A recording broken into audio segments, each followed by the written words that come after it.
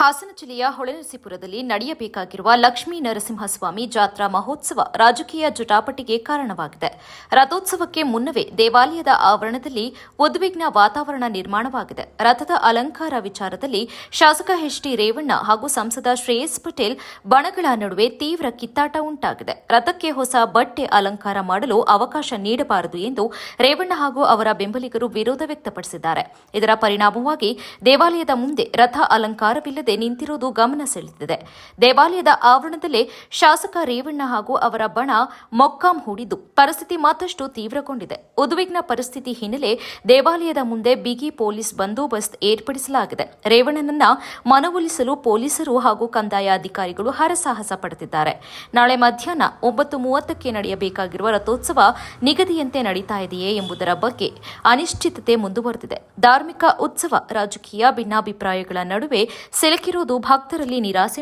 ಅದೇನು ಆರ್ಡರ್ ಮಾಡಿದ್ರೆ ಕಾರ್ಮಿಕ ಅಥವಾ ಡಿ.ಸಿ. ಇವರೇನಿದ್ರು ಸುರೇಶ್ ಡಿ.ಸಿ. ಅಂತ ಮಾತಾಡಿದ್ದು ಯಾವ್ದು ಏನು ಆದೇಶ ಮಾಡೋರು ಹೇಳಿ. ನೀನು ಪ್ರಜಾವಾಣಿ ಒಬ್ಬ ಸೀನಿಯರ್ ರಿಪೋರ್ಟರ್, ನೀನು ಹೇಳಿದ್ದೀನಿ ನಾನು ಗೌರವ ಕೊಡ್ತೀನಿ ಅಂತ ಹೇಳಿಲ್ಲಪ್ಪ.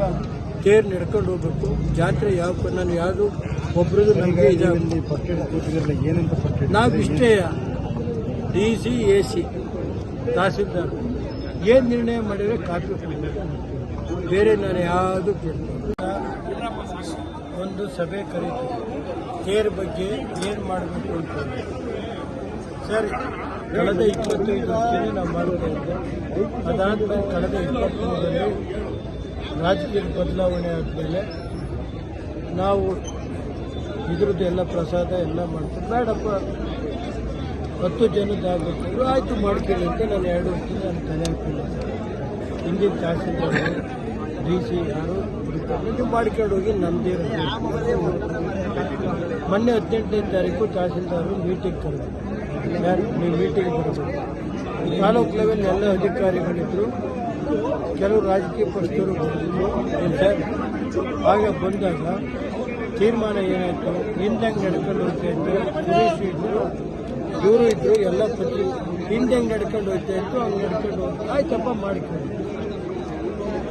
ಅವತ್ತು ಹಳೆ ಬಟ್ಟೆದು ಇಲ್ಲ, ಹೊಸ ಬಟ್ಟೆದು ಇಲ್ಲ, ಯಾವುದೂ ಹೂವು ಇಲ್ಲ.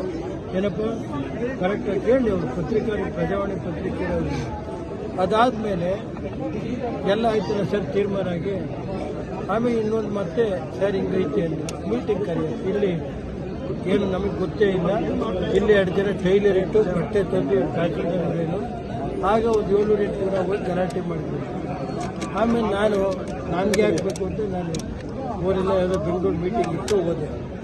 ಮತ್ತು ಮಾರ್ಗ ಬೆಳಿಗ್ಗೆ ಬಂದು ತಹಸೀಲ್ದಾರ್ ಬಂದು ಸರ್ ಮೀಟಿಂಗ್ ಮಾಡಬೇಕು ಹಿಂಗೈತೆ ಸರ್ ಕರಿಯಪ್ಪ ಏನು ಮಾಡಬೇಕು ಹೇಳುತ್ತೀನಿ. ಏನಪ್ಪ ಈ ಸಾರಿ ಸರ್ ಬಟ್ಟೆ ಹೊಲಿಯೋಕ್ಕೆ ಟೈಮ್ ಇಲ್ಲ. ಮುಂದಿನ ಸರ್ ನಾನೇನು ಹೇಳಿದೆ, ನೋಡಪ್ಪ ನಂದು ಯಾರ್ದು ದುಡ್ಡಿಸ್ಕೊಂಡಿಲ್ಲ. ಎಲ್ಲ ಜನರತ್ರ 10 ರೂಪಾಯಿ ಆಗಲಿ 20 ರೂಪಾಯಿ ಆಗಲಿ ಅವ್ರಿಗೊಂದು ಜೀವನದಲ್ಲಿ ತೇರು ಬಟ್ಟೆ ಅಡಿಸಿದ್ದೀವಿ ಅಂತ ಒಂದು 20 ಎಲ್ಲರ ಹತ್ರ ಇಷ್ಟು ಹೊಲಸು. ಸರ್ ಈ ವರ್ಷ ಆಗಲ್ಲ, ಗ್ರಹಣ ಐತೆ, ಮುಂದಿನ ವರ್ಷಕ್ಕೆ ಸ್ವಲ್ಪ ಸುರೇಶು